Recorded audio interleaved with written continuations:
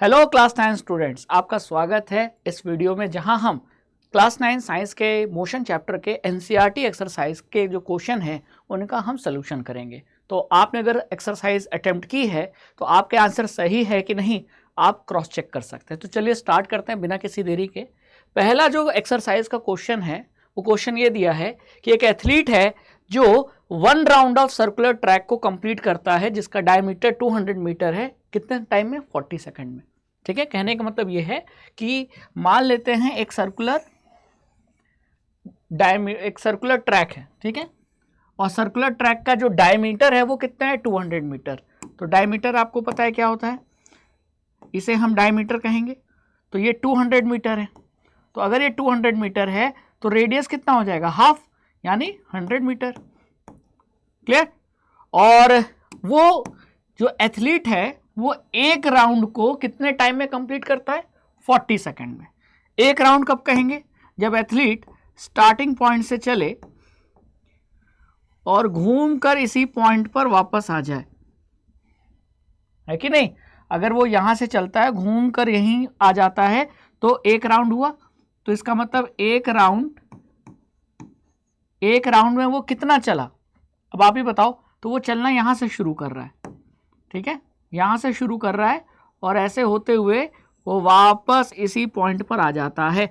तो ये जो पेरीमीटर है उतना डिस्टेंस ही तो वो एक राउंड में चल रहा है।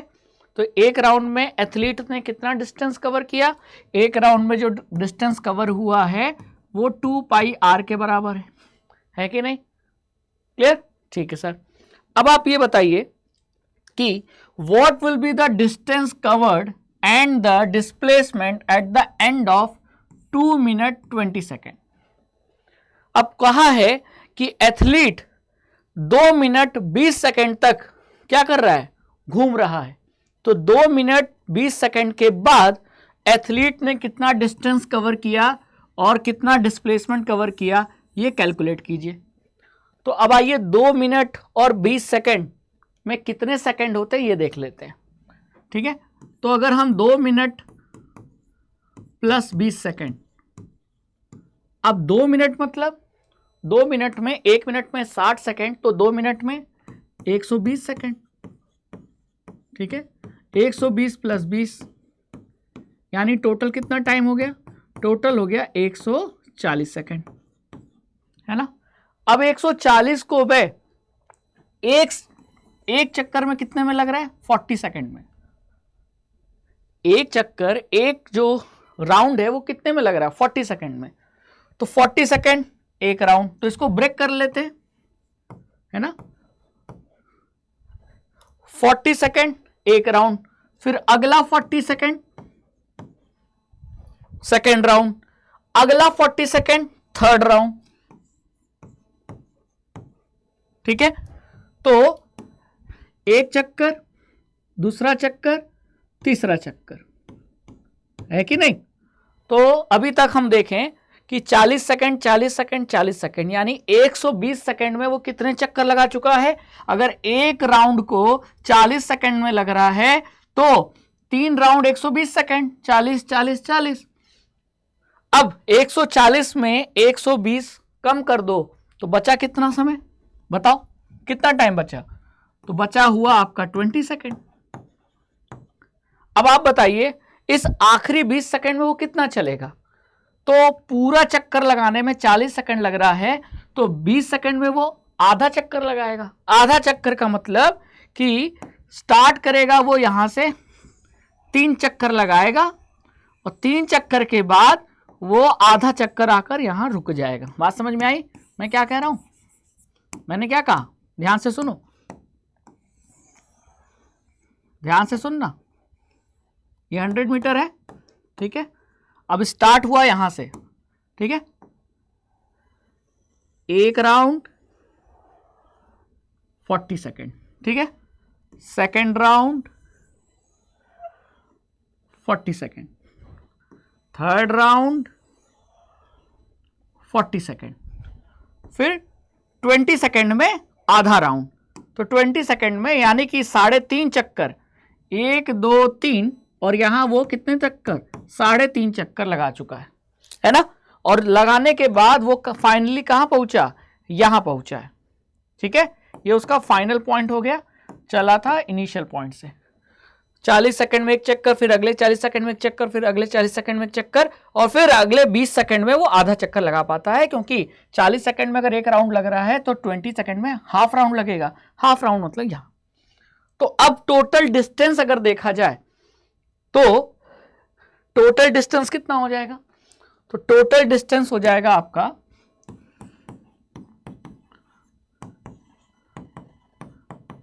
पहले एक राउंड का हम डिस्टेंस निकाल लें।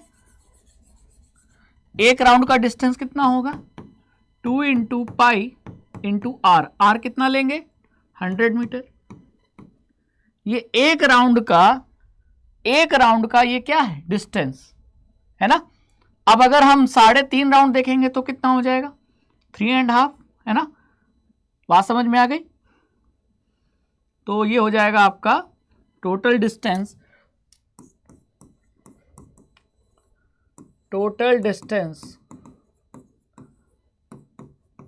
traveled in 2 minutes 20 seconds is equal to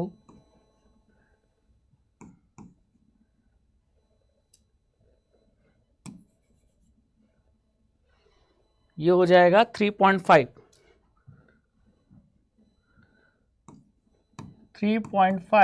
into ये एक राउंड, तो 3.5 से मल्टीप्लाई कर देंगे। 3.5 मतलब 7/2, तो 3.5 को 2 into pi into are.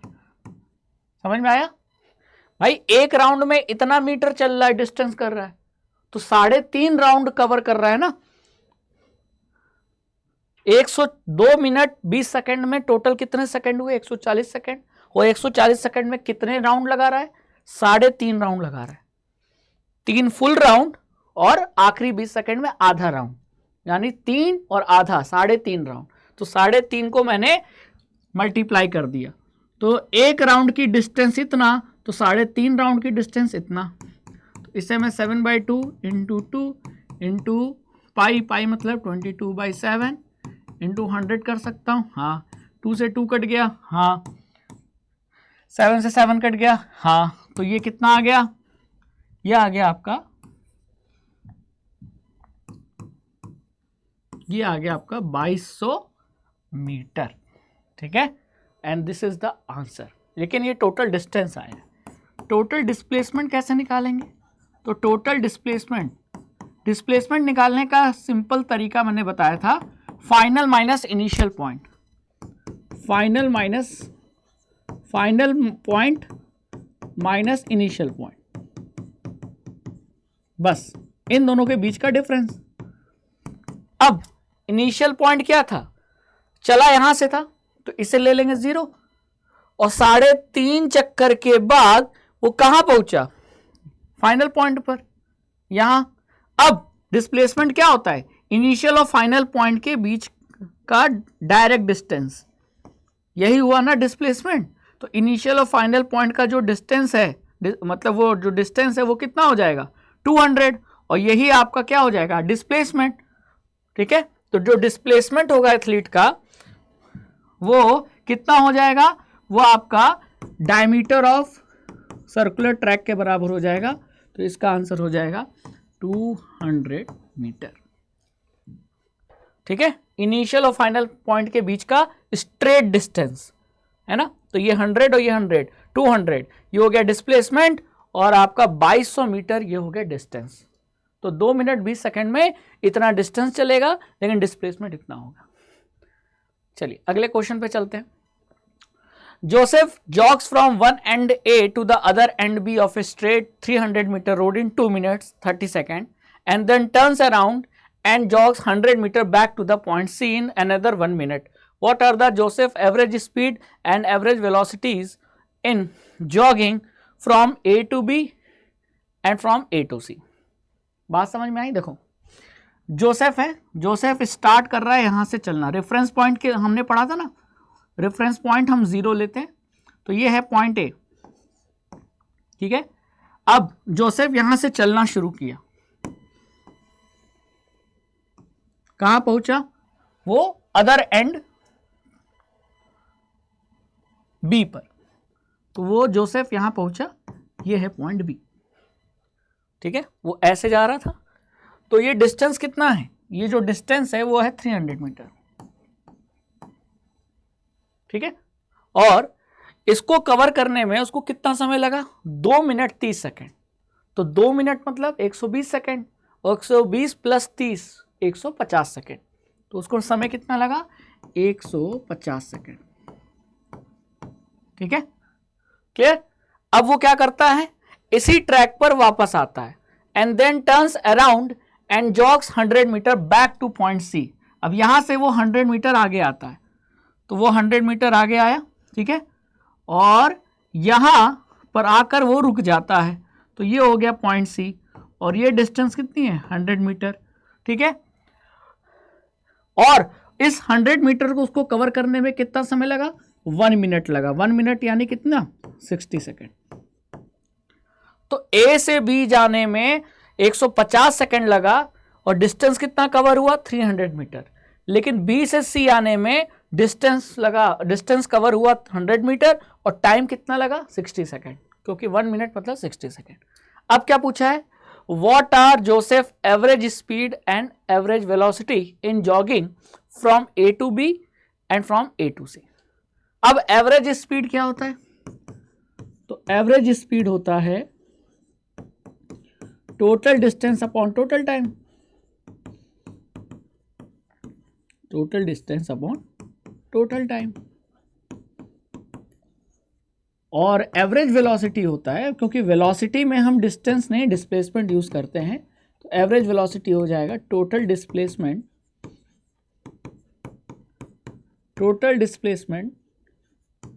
Upon total time. अब यही दोनों फॉर्मूला आपको 2 बार लगाना है, एक बार ए से सी बी के लिए और दोबारा ए से सी के लिए। ठीक है, तो दोनों में आपको 2 बार, मतलब एक बार यहां अप्लाई करना है दोनों फॉर्मूला, और एक बार ए टू सी के लिए अप्लाई करना है। ठीक है, तो चलिए पहला केस देखते हैं। पहला केस क्या है? From A to B. अगर हम ए टू बी देखें, ए टू बी, तो एवरेज स्पीड निकालते हैं, तो टोटल डिस्टेंस कितना हुआ? तो ए से बी में जो टोटल डिस्टेंस है वो 300 मीटर है। तो यहां अगर हम सॉल्व करते हैं तो ये हो जाएगा हमारा average speed equal to total distance. Total distance कितना है? 300 मीटर। ठीक है, और टोटल टाइम कितना लगा? 150 सेकेंड। यहां से यहां जाने में डिस्टेंस हुआ 300 मीटर, और समय कितना लगा? 150 सेकेंड। ठीक है, तो ये हो गया 150। तो इसको सॉल्व करेंगे तो ये कितना आ जाएगा? 2 मीटर पर सेकेंड। डन। अब हम सॉल्व करते हैं यहाँ एवरेज वेलोसिटी। तो अगर मुझे एवरेज वेलोसिटी निकालना है तो मुझे चाहिए डिस्प्लेसमेंट। अब आप बताइए, ए से बी गया तो डिस्प्लेसमेंट कितना हुआ? तो जो डिस्टेंस है वही डिस्प्लेसमेंट है। क्यों? क्योंकि वो स्ट्रेट लाइन पे जा रहा है। ये इनिशियल पॉइंट, ये फाइनल पॉइंट, और इनिशियल और फाइनल पॉइंट की जो स्ट्रेट डिस्टेंस होती है, मतलब स्ट्रेट जो डिस्टेंस होती है वही डिस्प्लेसमेंट होती है।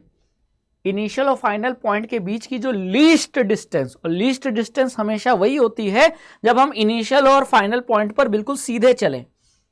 तो जब सीधे चलोगे तो जो डिस्टेंस आई वही तो डिस्प्लेसमेंट है। तो डिस्प्लेसमेंट कितना हुआ? 300 मीटर। हाँ सर, डिस्प्लेसमेंट हुआ 300 मीटर। टाइम कितना लगा? वही 150 सेकेंड। तो एवरेज वेलोसिटी भी कितनी आई? 2 मीटर पर सेकेंड। तो जो एवरेज स्पीड है वही एवरेज वेलोसिटी है। क्यों? क्योंकि डिस्टेंस और डिस्प्लेसमेंट बराबर है। ठीक है, इसीलिए एवरेज स्पीड और एवरेज वेलोसिटी सेम है। लेकिन दूसरे पार्ट में लिखा है ए टू सी। जब वो ए टू सी जाता है तब एवरेज स्पीड और एवरेज वेलोसिटी क्या है वो बताइए। फ्रॉम ए टू सी, तो एवरेज स्पीड क्या होगा मेरे बच्चा लोग? एवरेज स्पीड होता है डिस्टेंस अपॉन टाइम। तो टोटल डिस्टेंस कितना चला? तो जब वो ए से सी जाता है तो कैसे जा रहा है? पहले ए से बी गया और फिर बी से सी आया। तो ए से बी गया तो 300 चला, और बी से सी आया तो 100 चला। तो टोटल कितना चला 300 प्लस 100, तो जो टोटल डिस्टेंस है वो कितना आएगा 300 प्लस 100 यानी 400 मीटर।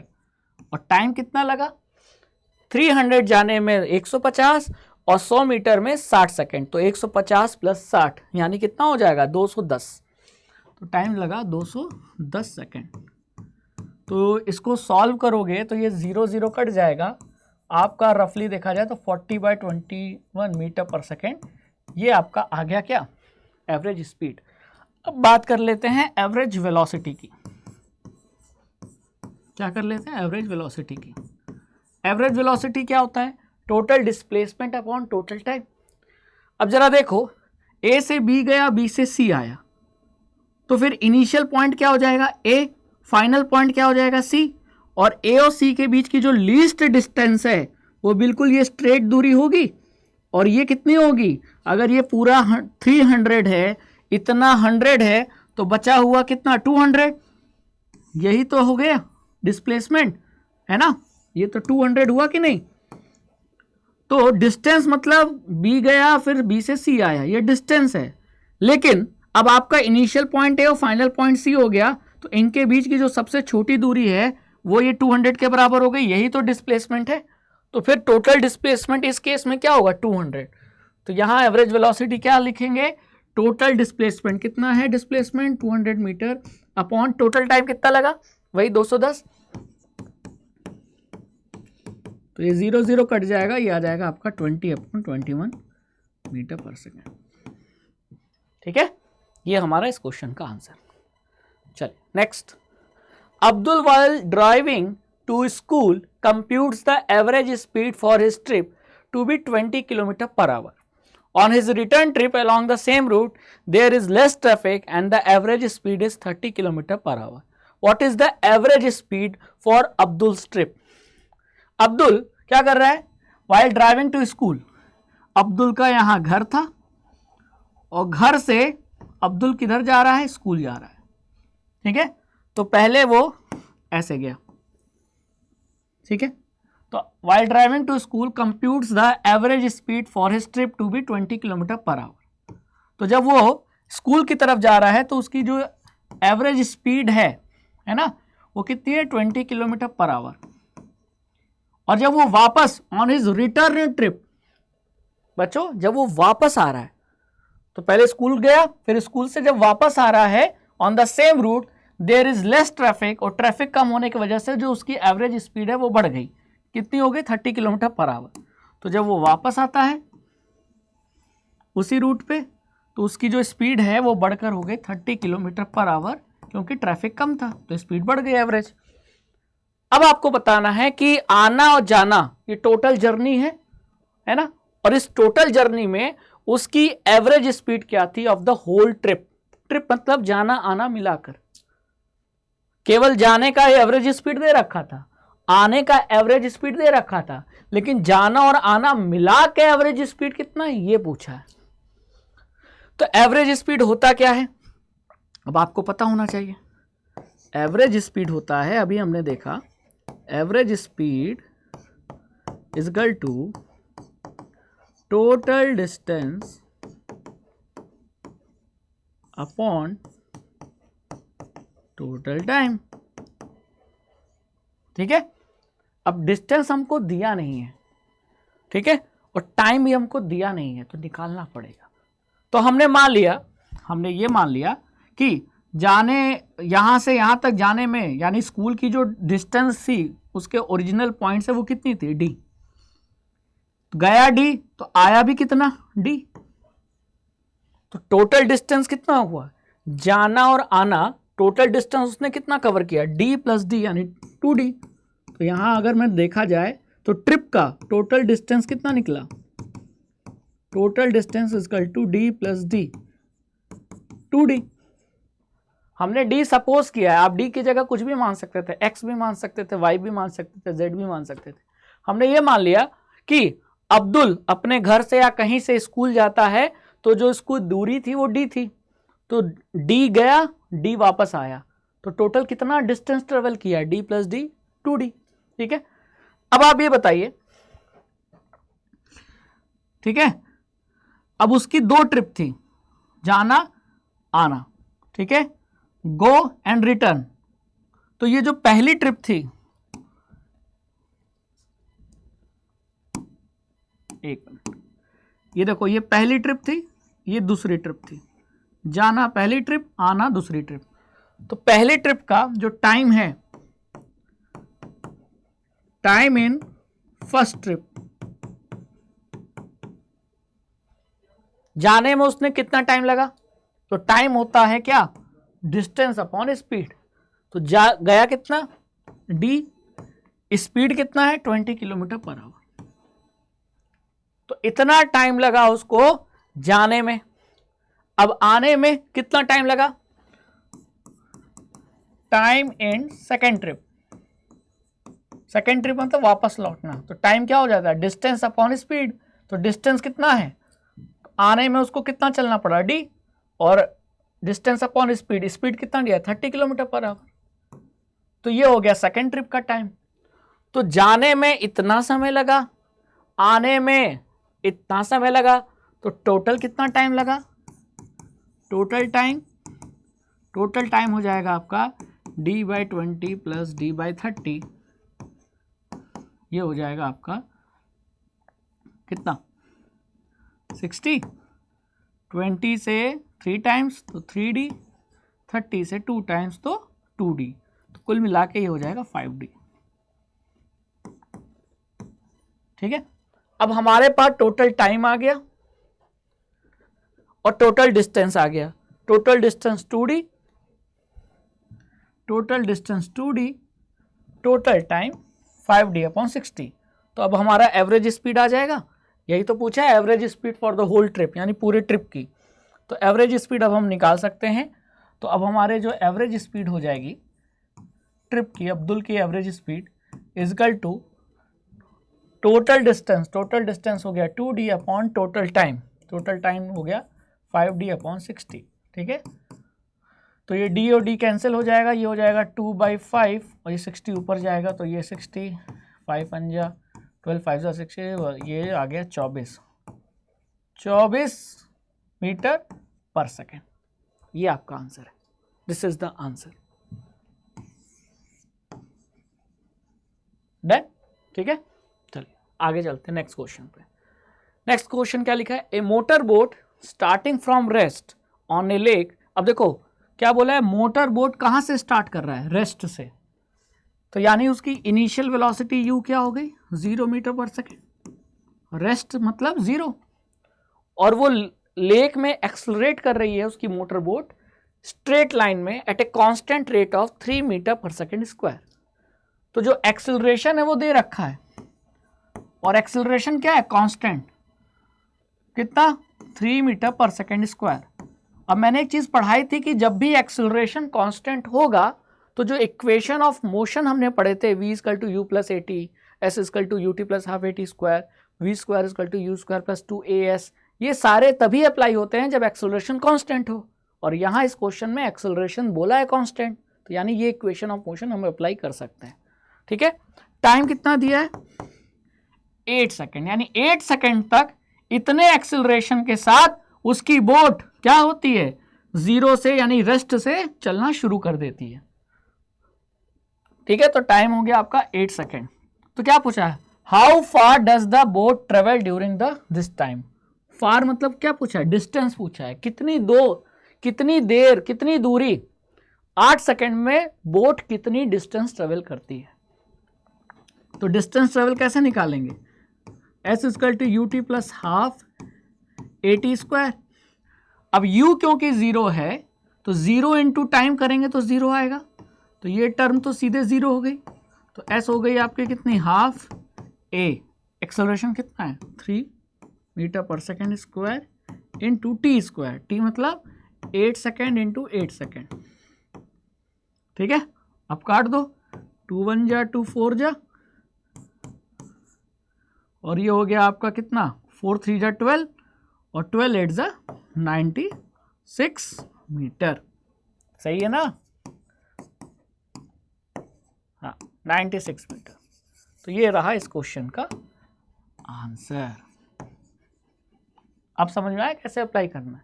तो ये इक्वेशन ऑफ मोशन हमने क्यों अप्लाई किया, क्योंकि क्वेश्चन में बोल रखा था कि एक्सेलरेशन क्या है, कांस्टेंट है, और हमको डिस्टेंस ट्रेवल निकालना था, और हमको जो दिया था वो a और t दिया था और इनिशियल वेलोसिटी 0 दिया था। तो हमने ये वाला इक्वेशन ऑफ मोशन अप्लाई किया और आंसर निकाल लिया। ठीक है, तो ये 2 से 4 टाइम्स गया ये, ठीक है, 4 3 जा 12, 12 8 जा 96 मीटर। डन। चलिए अब आ जाते हैं अगले क्वेश्चन। एक ड्राइवर है जो कार उसकी चला रहा है, एक ड्राइवर कार चला रहा है कितनी, 52 किलोमीटर पर आवर की रफ्तार से, लेकिन वो ब्रेक अप्लाई करता है, और ब्रेक अप्लाई करने से थोड़ी देर बाद, कुछ टाइम बाद कार रुक जाती है। ठीक है, इतना तो समझ में आ गया।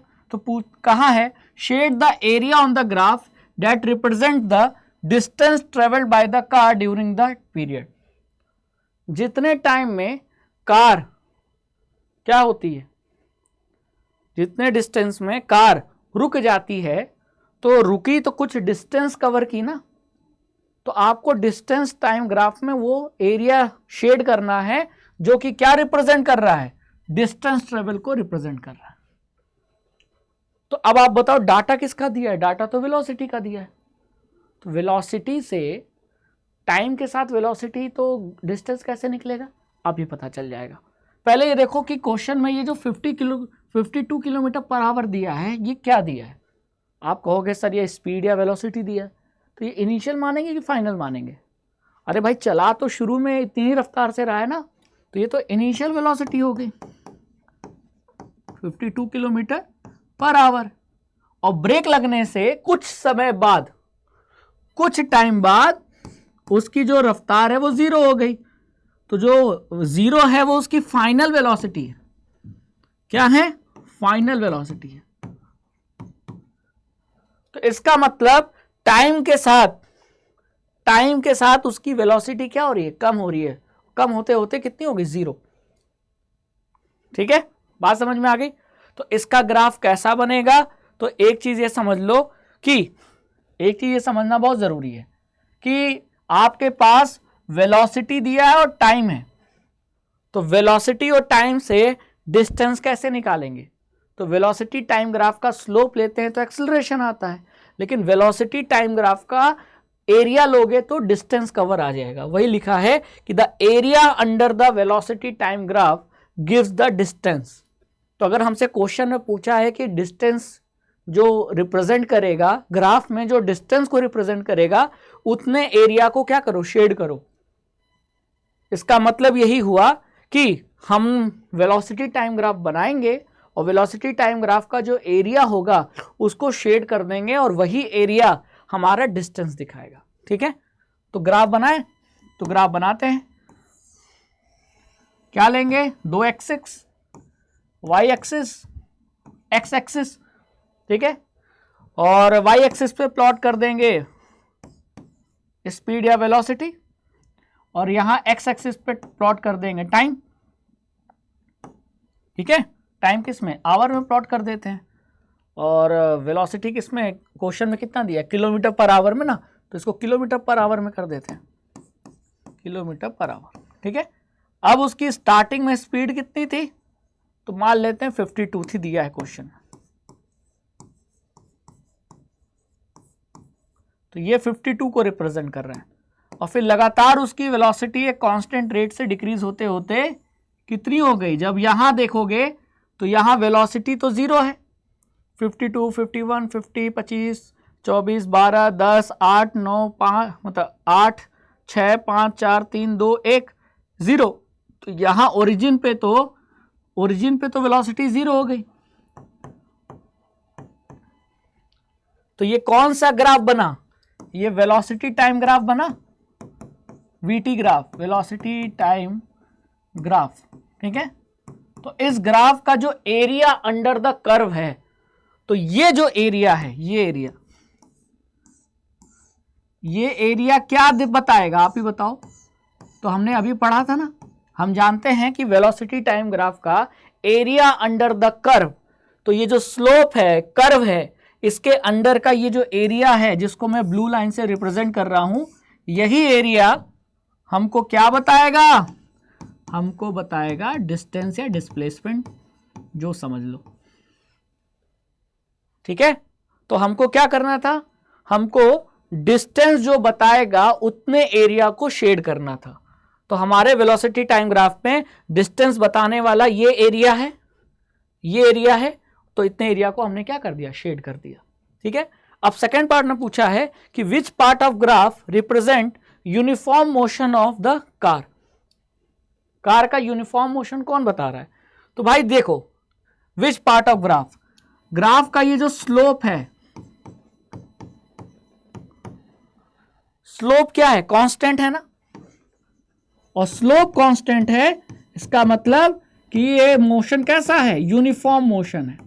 यूनिफॉर्म मोशन मतलब इक्वल टाइम इंटरवल में इक्वल डिस्टेंस कवर करेगा, है ना। यानी कि अगर हम देखें कि 1 घंटे में उसका रफ्तार 52 से 42 हो गई, तो अगले 1 घंटे में 42 से 32 होगी, अगले 1 घंटे में 32 से 22 होगी, यानी हर 1 घंटे में उसकी रफ्तार 10 किलोमीटर पर आवर कम हो जा रही है, तो यूनिफॉर्म मोशन हुआ, है ना।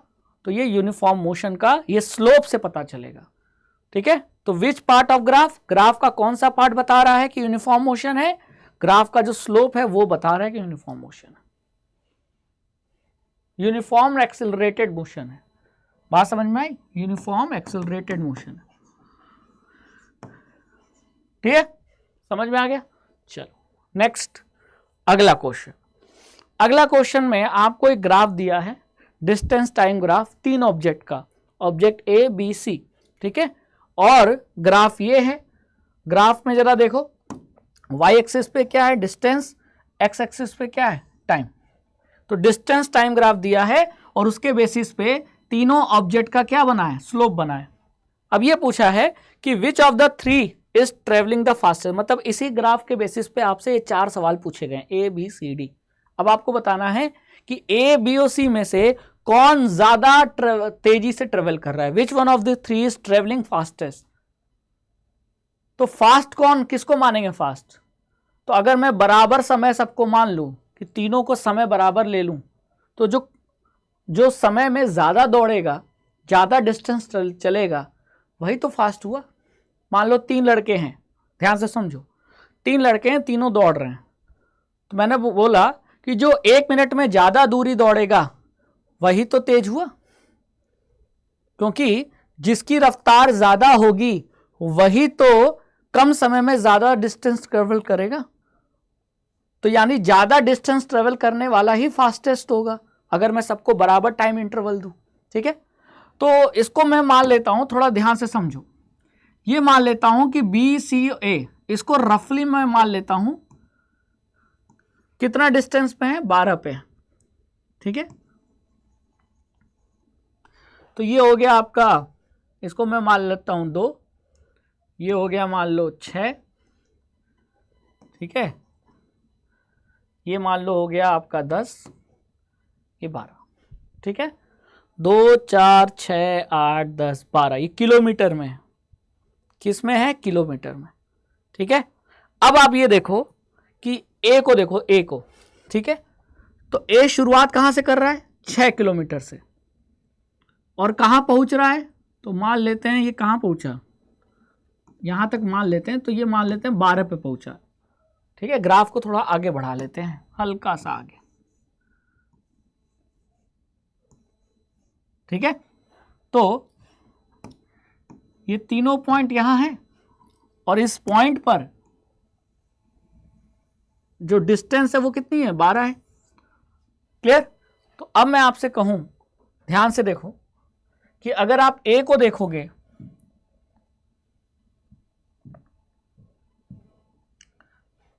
अगर आप ए को ध्यान से देखोगे तो ए कितना चल रहा है, आप ही बताओ। ए आपका कहां से कहां चल रहा है, ध्यान से देखना बच्चों, इसको हमने 2 माना था, ये 6, ये 8, ये 10। ठीक है, और ये सभी यहां पहुंच गए हैं, इसको मान लेते हैं कि टच कर रहे हैं इस लाइन को, यहां इस लाइन को।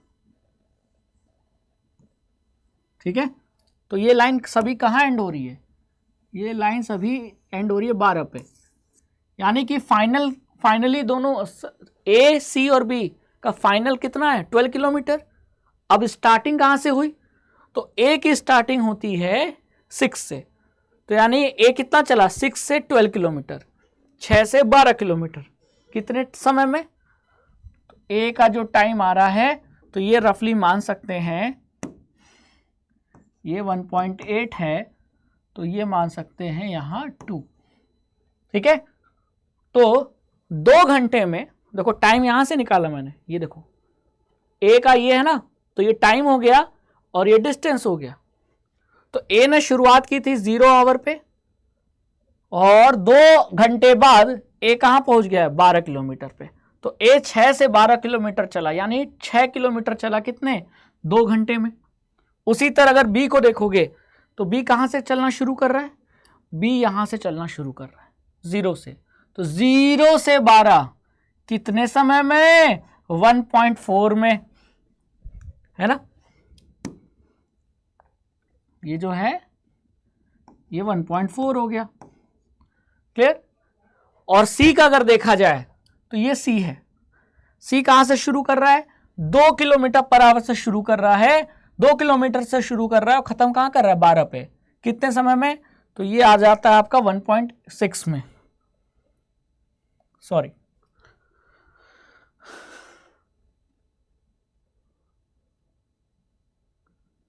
1.6 में नहीं, अगर इसको देखें तो रफली 1.8 के आसपास। ठीक है, तो आप ही बताओ कि कौन ज्यादा चल रहा है, कम समय में कौन ज्यादा चल रहा है। इसने 2 घंटे में कितना चला 6 किलोमीटर, ए का देखो 6 से 12 तो चला कितना 6, कितने घंटे में 2 घंटे में, और ये कितना चला 12 किलोमीटर केवल 1.4 आवर्स में, और ये कितना चला 2 से 12 यानी 10 किलोमीटर 1.8 आवर्स में। ठीक है, तो कौन ज्यादा चल रहा है, जो ज्यादा चलेगा वही तो स्पीड ज्यादा होगी। तो अब आप देखो कि अगर मैं इसमें देखूं कि 2 घंटे में कितना चल रहा है 6, ये 1.4 आवर में 12 और ये 1.8 आवर में 10, तो कम समय में ज्यादा कौन चल रहा है, कम समय में ज्यादा चल रहा है बी। तो सबसे फास्टेस्ट कौन हुआ, सबसे फास्टेस्ट हुआ बी। ठीक है, देखो आपको डिस्टेंस और टाइम तो ग्राफ से निकालना होगा, डिस्टेंस और टाइम तो ग्राफ से निकालना होगा, और फिर देखना पड़ेगा कि कौन कम समय में ज्यादा चल रहा है, उसी की तो स्पीड ज्यादा होगी। तो यहां बी आपका कम समय में ज्यादा चल रहा है, टाइम भी उसका कम है और चल भी ज्यादा रहा है, तो ऐसा तभी पॉसिबल है जब वो तेज चलेगा। तो यहां सबसे फास्टेस्ट कौन है, सबसे फास्टेस्ट आपका बी है। तो यहां मैं आंसर लिख देता हूं, B covers maximum distance in least time, hence it is fastest। ठीक है, इसीलिए ये क्या है फास्ट है। डन। तो आपको ये टाइम और डाटा का जो वैल्यू है वो ग्राफ से निकालना पड़ेगा, तब आपने समझा। ठीक है, ग्राफ थोड़ा सा एनसीईआरटी को और अच्छा से देना चाहिए था, ग्राफ अच्छे से नहीं दिया है। नेक्स्ट, अब क्या पूछा था क्वेश्चन में, Are all three ever at the same point on the road? Are all three ever at the same point on the road? क्या तीनों कहीं रोड पर एक पॉइंट पर हैं? आओ देख लेते हैं, देख लेते हैं। जहां अगर एक पॉइंट पे होंगे तो कहीं ना कहीं ए और बी और सी की जो लाइन है वो आपस में मिलेंगी। तो अगर एक पॉइंट पे होंगे तीनों, तो तीनों लाइन आपस में कहीं मिलनी चाहिए एक जगह पर। ठीक है, तो कहां कहां पॉइंट मिल रहा है, यहां लाइन मिल रही है, यहां लाइन मिल रही है, यहां लाइन मिल रही है। ठीक है, यहां सिर्फ 2 लाइन मिल रही है, कौन सी, ये बी वाली और ये सी वाली। तो यहां बी और सी तो मिल रहे हैं, ए की मुलाकात नहीं हो रही है। यहां ए और बी मिल रहे हैं, सी की मुलाकात नहीं हो रही है। यहां सी और ए मिल रहे हैं, बी की मुलाकात नहीं हो रही है। यानी ऐसा कोई भी पॉइंट नहीं है जहां तीनों लाइन आपस में मिले, क्योंकि अगर ऐसी लाइन होती, ऐसा पॉइंट होता जहां तीनों लाइन मिल रही होती, इसका मतलब तीनों एक ही रास्ते पर उसी पॉइंट पे होते, लेकिन ऐसा है नहीं। तो फिर सेकंड पार्ट का आंसर होगा no, no, A B and C are not on the same point on the road. ठीक है, उसी रोड के सेम पॉइंट पर तीनों कभी नहीं मिलेंगे। हाँ, ऐसा हो सकता है कि दो मिले, दो में कौन कौन, यहां बी और सी मिले, यहां ए और बी मिले, यहां सी और ए मिले, लेकिन ए बी सी तीनों मिल जाएं, ऐसा नहीं हो सकता। ठीक है, चलो नेक्स्ट, अगला क्वेश्चन क्या था, how far has C travelled when B passes A. जब बी ए को पास कर रहा है तो सी कितना आगे जा चुका है। How far has C travelled when B passes A. अब देख लेते हैं कि जब बी ए को पास कर रहा है तो बी ए को पास कर रहा है, ये बी पार्ट का आंसर था। अब आ जाते हैं सी पार्ट पे। क्वेश्चन में क्या बोला है, बी ए को पास कर रहा है, तो ये बी है, ये ए है, तो बी और ए को कहां पास कर रहा है, यहां पास कर रहा है। ठीक है कि नहीं।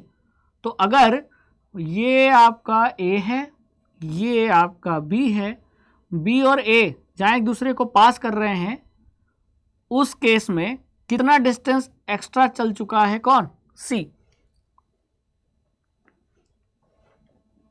तो अगर हम यहां देखें, how far has C travelled when B passes A. C कितना चल चुका है जब बी ए को पास कर रहा है। तो जरा देखो, बी ए को यहां पास कर रहा है, उस केस में सी कितना चल चुका है, तो सी देखो 8 किलोमीटर चल चुका है।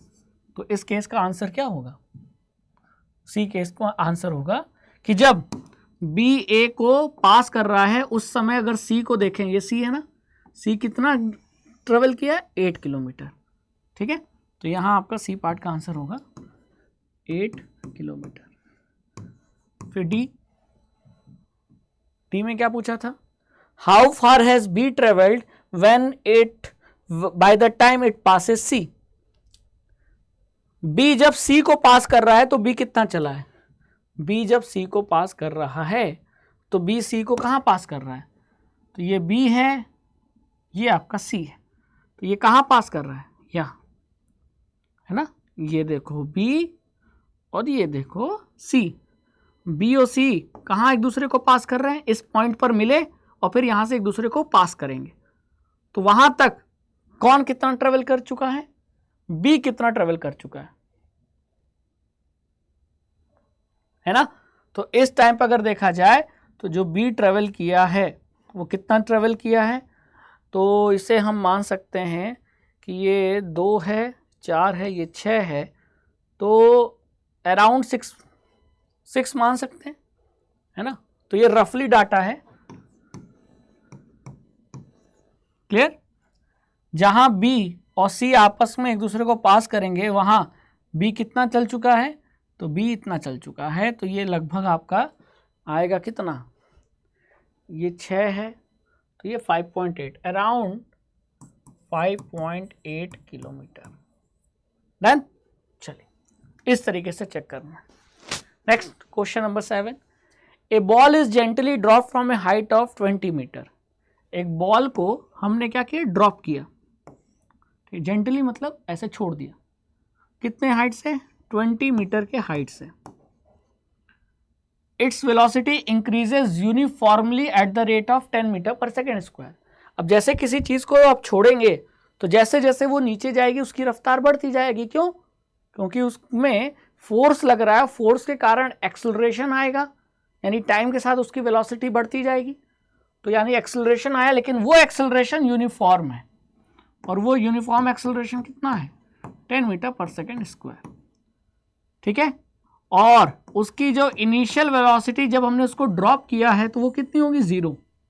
किसी भी ऑब्जेक्ट को जब हम फ्री फॉल कराते हैं, यानी उसको हवा में छोड़ दें, तो जिस पल उसको हवा में छोड़ा गया उस पल उसकी वेलोसिटी क्या लेंगे, 0।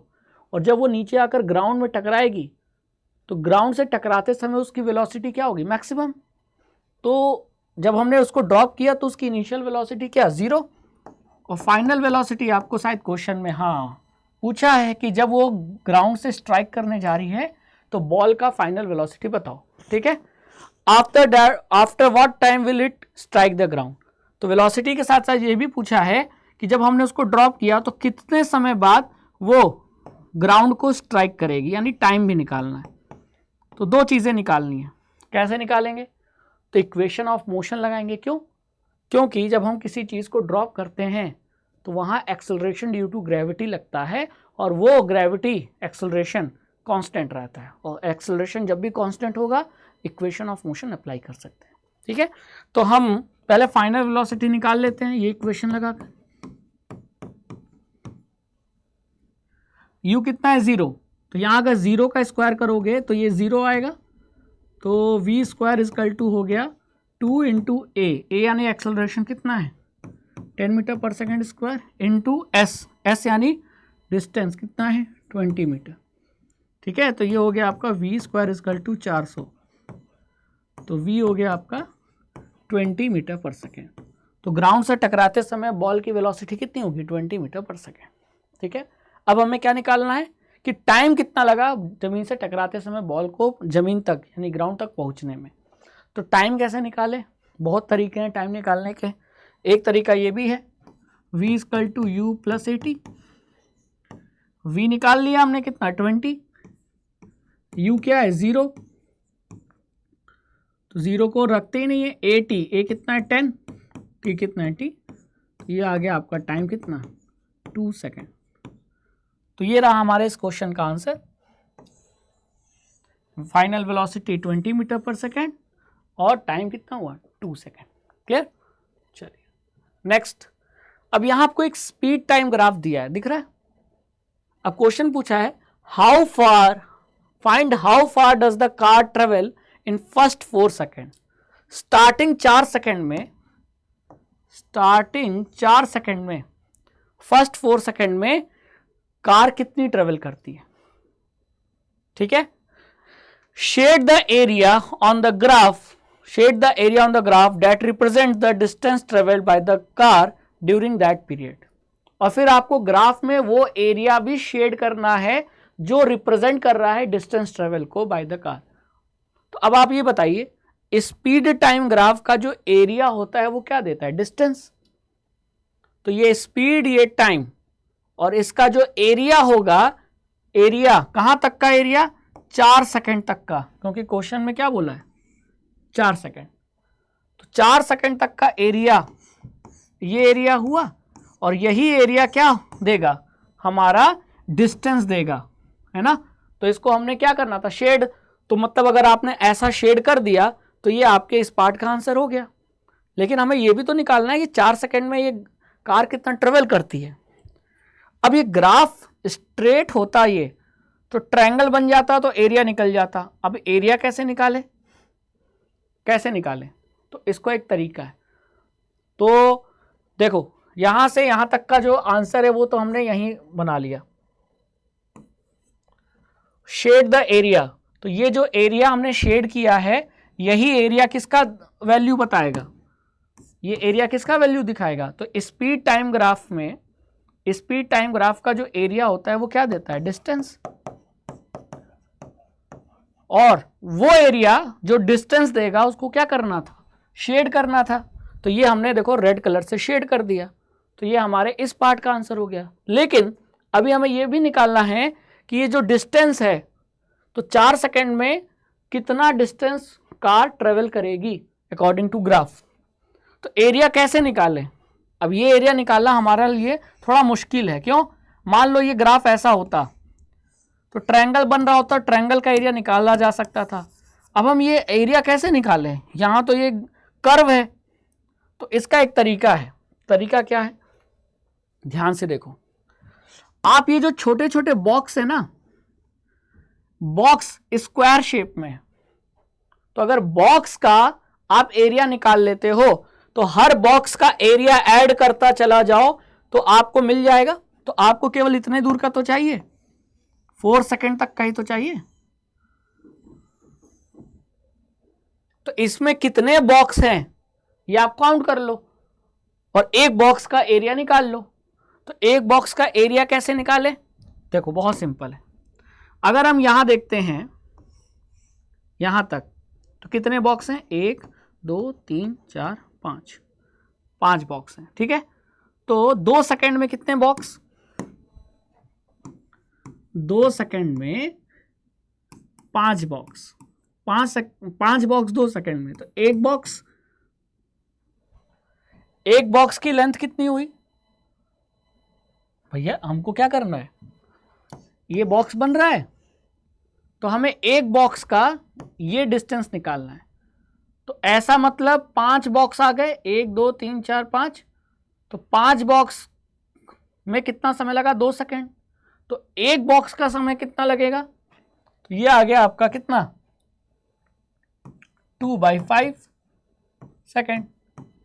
यानी कि एक बॉक्स का ये जो लेंथ है ये कितना आ गया? एक बॉक्स की जो साइज है एक तरफ की वो आ गई 2/5। अब हमको विड्थ मिल गया, अब हमको लेंथ चाहिए। अब ये कैसे निकालें? तो देखो ये कितने बॉक्स हैं? 3। तो 3 बॉक्स मिलाकर कितना स्पीड हो रहा है? 2 मीटर पर सेकेंड। 3 बॉक्स मिलाकर हो रहा है स्पीड 2 मीटर पर सेकेंड। तो एक बॉक्स का कितना हो जाएगा? 2/3 मीटर पर सेकेंड। ठीक है, तो एक बॉक्स यानी एक बॉक्स की जो लंबाई आ गई वो कितनी आ गई? 2/3। तो 2/5 2/3, तो ये बॉक्स स्क्वायर तो नहीं है, रेक्टेंगल शेप में। तो रेक्टेंगल का एरिया कैसे निकालते हैं? Length into width. तो विड्थ हमने ऐसे निकाला, लेंथ ऐसे निकाला। अब इन दोनों को मल्टीप्लाई करेंगे तो एक बॉक्स का आपका एरिया आ जाएगा। तो एरिया ऑफ 1 बॉक्स क्या हो जाएगा आपका? 2/5 इंटू 2/3 हो जाएगा 2 4 5 6 15, 4/15, 4/15। ठीक है, 4/15 मीटर। डन। एक बॉक्स का, एक फुल बॉक्स का एरिया इतना। अब आप इसमें काउंट कर लो, अब काउंट कर लो कितने बॉक्स बन रहे हैं। तो सभी बॉक्स को अगर हम काउंट करेंगे तो कुछ बॉक्स फुल स्क्वायर है, फुल मतलब कुछ बॉक्स कंप्लीट है तो उसको हमने 1 नंबर दे दिया है। ठीक है, कुछ क्या है जिनका एरिया आधा से ज्यादा है उनको हमने 2 दे दिया नंबर। ठीक है, और जो आधे हैं, आधा एरिया कवर कर रहे हैं, उनको हमने 3 नंबर दे दिया है, और जो आधे से भी कम एरिया कवर कर रहे हैं उनको हमने 4 दे दिया है। ठीक है, तो फुल बॉक्सेस कितने हैं? काउंट करोगे तो 57, ऐसे छोटे छोटे है ना। ये फुल आपका बॉक्स, ये बॉक्स, ये बॉक्स फुल फुल, और एक एक बॉक्स का हमने एरिया पहले ही निकाल लिया है। एरिया ऑफ 1 बॉक्स इतना। तो अगर एक बॉक्स ले रहे हो तो इतना, एक और बॉक्स तो इतना और ऐड कर दो। तो पहले नंबर ऑफ बॉक्सेस तो काउंट कर लें। तो नंबर ऑफ बॉक्स काउंट करोगे तो इतने आएंगे। फुल स्क्वायर यानी ये जो फुल बॉक्स हैं ये आपके 57 आएंगे, और ऐसे बॉक्स जिनका एरिया आधा से ज्यादा है वो 3 आएंगे। जो आधा एरिया कवर कर रहे हैं वो भी 3 है नंबर में, और जो आधे से कम है एरिया वो 4 है। अब इस मेथड से आप अप्रोक्सीमेट वैल्यू निकाल सकते हो, एग्जैक्ट वैल्यू नहीं निकलेगी। ठीक है, तो अब हमने क्या किया? अब हमने एरिया निकालने के लिए, एक बॉक्स का एरिया कितना था? 4/15। तो हमने क्या किया? 57 into 4/15 plus 3 into 4/15 plus 3 into 4/15, sorry,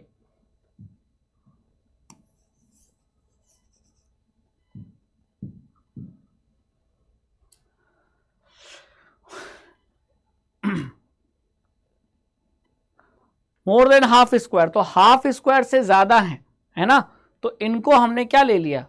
इनको हमने रफली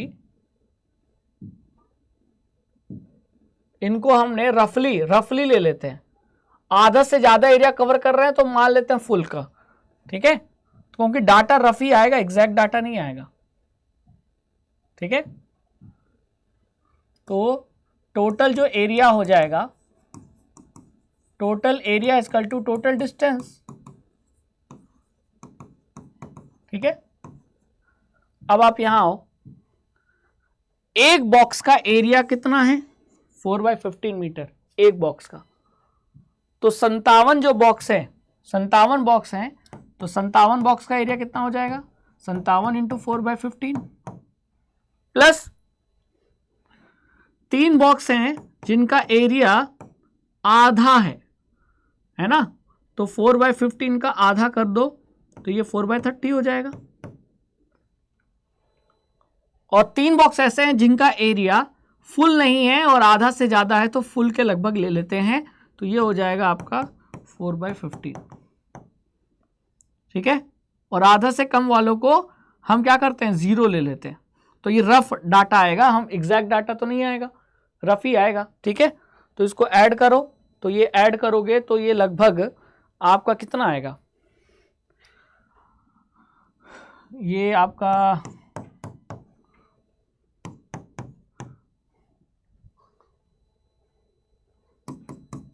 57 इंटू 4/50, तो प्लस 4/10 ये 0.4 प्लस 4/5 0.8, और इसको सॉल्व करोगे 45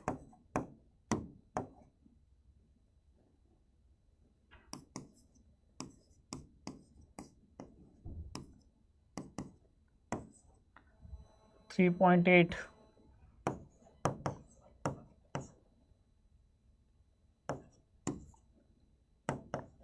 14.2 0.4 प्लस 0.8, ठीक है, तो ये 8 इसमें जुड़ा तो ये हो जाएगा 15 और ये 15.4 अप्रॉक्स 15.4 मीटर, ये भी अप्रॉक्स वैल्यू है, एक्यूरेट वैल्यू नहीं है, आपका आंसर कुछ अलग आ सकता है, ठीक है, डन, क्योंकि ये मेथड है ही नहीं, ये मेथड करने का तरीका बहुत मतलब इससे एग्जैक्ट वैल्यू नहीं आएगा। हमने क्या किया भाई, हमको आप खुद सोचो, मुझे ये टोटल एरिया निकालना था, तो मैं टोटल एरिया कैसे निकालूं, ये लाइन स्ट्रेट होती, अगर ये लाइन ऐसे होती सोचो, तो ये ट्रायंगल बनता, ट्रायंगल का एरिया निकाल देते, आंसर आ जाता, लेकिन एक्चुअली ये ट्रायंगल नहीं बन रहा है, इतना पोर्शन तो ट्रायंगल है, लेकिन बाकी ये पोर्शन कैसे निकलेगा, मान लो ये तो ट्रायंगल वाला पार्ट हो गया, ये वाले पार्ट का एरिया कैसे निकालेंगे, इसलिए हमने ये छोटे छोटे बॉक्स को जोड़ते गए सबका एरिया और तब निकाला है, तब तो जो डिस्टेंस ट्रेवल आया है वो आपका अप्रॉक्सीमेटली 15.4 आया, ठीक है। चलो नेक्स्ट बोला है, state which of the following situation are possible and give an example for each of this, आपको ये सिचुएशन के एग्जाम्पल बताने हैं। पहला बोला है कि object with a constant acceleration but with zero velocity, object का वेलोसिटी 0 है लेकिन एक्सेलरेशन कांस्टेंट है, उस पर एक्सेलरेशन हो रहा है, लग रहा है, तो ऐसा कब होगा, ऐसा तब हो सकता है अगर कोई ऑब्जेक्ट हमने फ्री फॉल कराया, या ऑब्जेक्ट को हमने नीचे से थ्रो किया और वो ऊपर जाकर हवा में कुछ पल के लिए रुक गई, या किसी चीज को हमने ऊपर से फॉल कराया, तो जब ऊपर एक समय ऐसा आएगा कि वो ऑब्जेक्ट रेस्ट पे होगा, तो उसकी जो वेलोसिटी होगी वो क्या होगी, वेलोसिटी 0 होगी, लेकिन जो एक्सेलरेशन है वो तो नीचे जी लग रहा होगा, और जी आपका कांस्टेंट है, तो ये कांस्टेंट एक्सेलरेशन लग रहा होगा,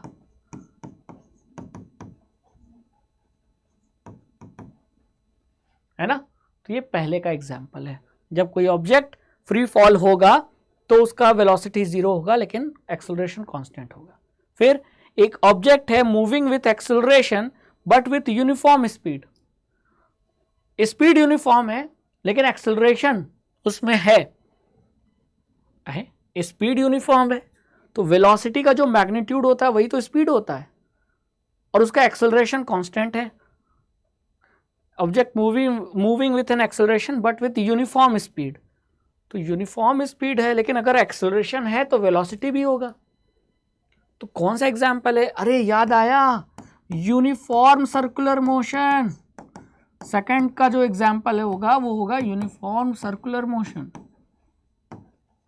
यूनिफॉर्म सर्कुलर मोशन में कोई ऑब्जेक्ट क्या करता है, एक सर्कुलर ट्रैक पे मूव करता है, तो हर समय उसकी स्पीड तो सेम है लेकिन वेलोसिटी का डायरेक्शन बदल रहा है, और वेलोसिटी का डायरेक्शन बदलने से हम कहेंगे कि वेलोसिटी बदल रही है टाइम के साथ, और वेलोसिटी का टाइम के साथ बदलना एक्सेलरेशन।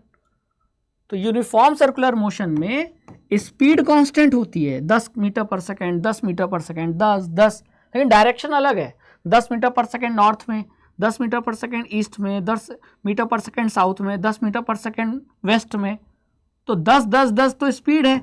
तो यूनिफॉर्म सर्कुलर मोशन में स्पीड तो कांस्टेंट होती है, लेकिन क्योंकि वेलोसिटी का डायरेक्शन बदल रहा है इसीलिए हम कहेंगे कि टाइम के साथ वेलोसिटी बदल रही है, और टाइम के साथ वेलोसिटी बदलना मतलब एक्सेलरेशन है। तो यहां एक्सेलरेशन तो है, एक्सेलरेशन इज प्रेजेंट।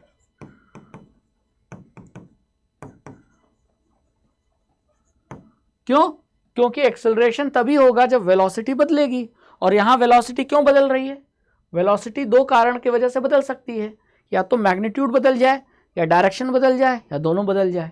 यहां वेलोसिटी क्यों बदल रही है? क्योंकि हर समय डायरेक्शन बदल रहा है। ठीक है, जैसे यहां v है, तो यहां v, यहां v, यहां v, डायरेक्शन बदल रहा है, इसीलिए एक्सेलरेशन तो है लेकिन स्पीड आपकी कांस्टेंट है, 10 स्पीड कांस्टेंट है। Next, an object moving in a certain direction with an acceleration in the perpendicular direction।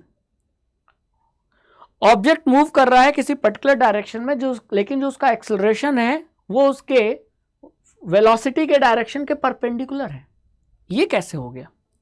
अरे इसका भी तो आंसर यही होगा, सी का भी आंसर है यूनिफॉर्म सर्कुलर मोशन में।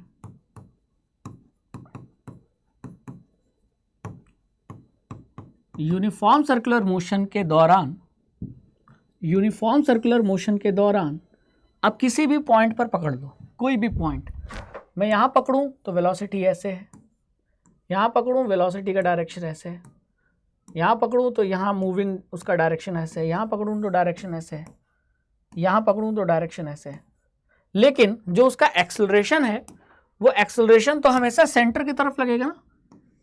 ये है एक्सेलरेशन, यहाँ ये एक्सेलरेशन है, यहाँ ये इस तरफ एक्सेलरेशन है सेंटर की तरफ, यहाँ ये एक्सेलरेशन है टुवर्ड सेंटर।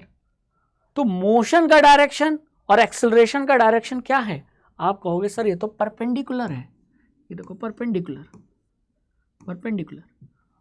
तो यही तो कहा था कि object moving in a certain direction with acceleration in the perpendicular direction. तो ऐसा तभी होता है जब ऑब्जेक्ट क्या करे, यूनिफॉर्म सर्कुलर मोशन करे। ठीक है, चलिए नेक्स्ट एंड लास्ट क्वेश्चन, कि एक आर्टिफिशियल सैटेलाइट है जो सर्कुलर ऑर्बिट में घूम रही है जिसका रेडियस कितना है 42250 किलोमीटर। यानी मान लेते हैं ये है सैटेलाइट, ठीक है, और ये सैटेलाइट एक सर्कुलर ऑर्बिट में घूम रही है, और इस सर्कुलर ऑर्बिट का जो रेडियस है वो आपका दे रखा है 42250 kilometre, 42250 kilometre. Calculate its speed if it takes 24 hours to revolve around the earth. तो अर्थ का एक चक्कर लगाने में उसे कितने घंटे लग रहे हैं? 24 घंटे लग रहे हैं। तो उसकी स्पीड कैलकुलेट करो।